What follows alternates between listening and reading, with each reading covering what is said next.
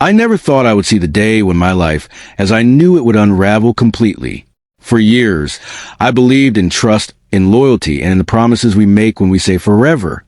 But one ordinary Thursday evening, all of that came crashing down. I had just returned home from work, tired and expecting the quiet comfort of my own space. Instead, I found signs that immediately set off alarms. The door to our bedroom was slightly ajar, lights dimmed, and there was a faint, unfamiliar scent in the air.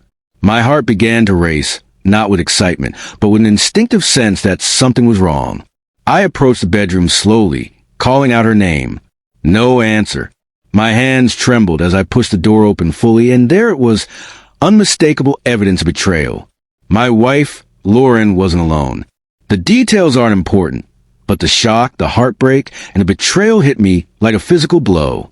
I stepped back, unable to speak. The room spun.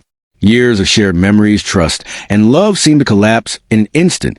I felt my knees weaken, but I forced myself to remain upright.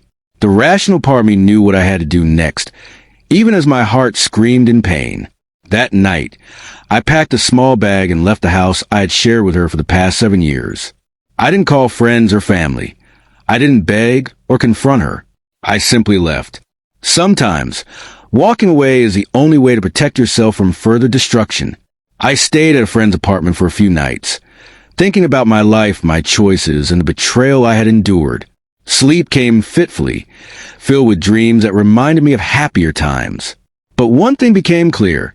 I could let this define me, or I could rebuild. I chose to rebuild. The first step was regaining control of my finances and my independence. I had been financially dependent on our shared household, and her betrayal made me realize that I had to secure my own stability. I started freelancing in my field, taking every small opportunity seriously. Some days were hard. Clients didn't pay on time, projects failed, but with each small success, my confidence grew. Next came my living situation. I rented a modest apartment in a neighborhood I had always loved, far from reminders of the past. The space wasn't luxurious, but it was mine. Every item I unpacked, every wall I painted, every shelf I installed, was a small step toward reclaiming my life. The emotional part was harder. Betrayal cuts deep, and the shadow of Lauren's actions followed me for months. I attended therapy sessions, not because I felt weak, but because I wanted to process the pain in a healthy way. I learned that forgiveness isn't always necessary. Sometimes, protecting your heart and acknowledging your worth is more important than reconciliation. Friends who had stayed in my life became my anchors. They listened without judgment, offered advice when I asked, and reminded me of the person I was before betrayal. Slowly, I began to laugh again. Slowly, I began to feel alive. Months passed, and my career started to gain momentum. Small freelance jobs led to bigger projects, and I realized that independence brought with it a new kind of satisfaction.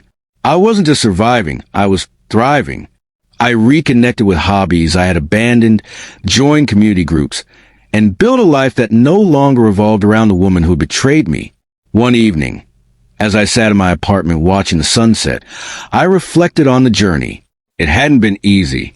The nights of loneliness, the heartbreak, and the anger were all part of the process. But in rebuilding, I discovered strengths I didn't know I had. I discovered resilience, clarity, and self-respect. Eventually, Lauren tried to contact me. She called, texted, and even sent messages through mutual friends, apologizing and asking if we could reconcile. I read her messages, felt a familiar twinge of emotion, but I didn't respond. My life had moved forward, and I had no intention of revisiting the pain of the past.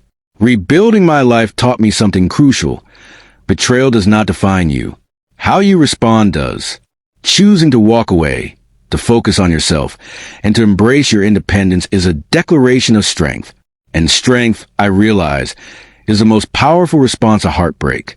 A year after that devastating Thursday, I can look back and see the transformation. I am financially independent, emotionally stronger, and living a life that reflects my values. The betrayal that once threatened to destroy me has become a catalyst for growth. I no longer dwell on what was lost. I focus on what I have gained. Life has a way of testing us in unimaginable ways.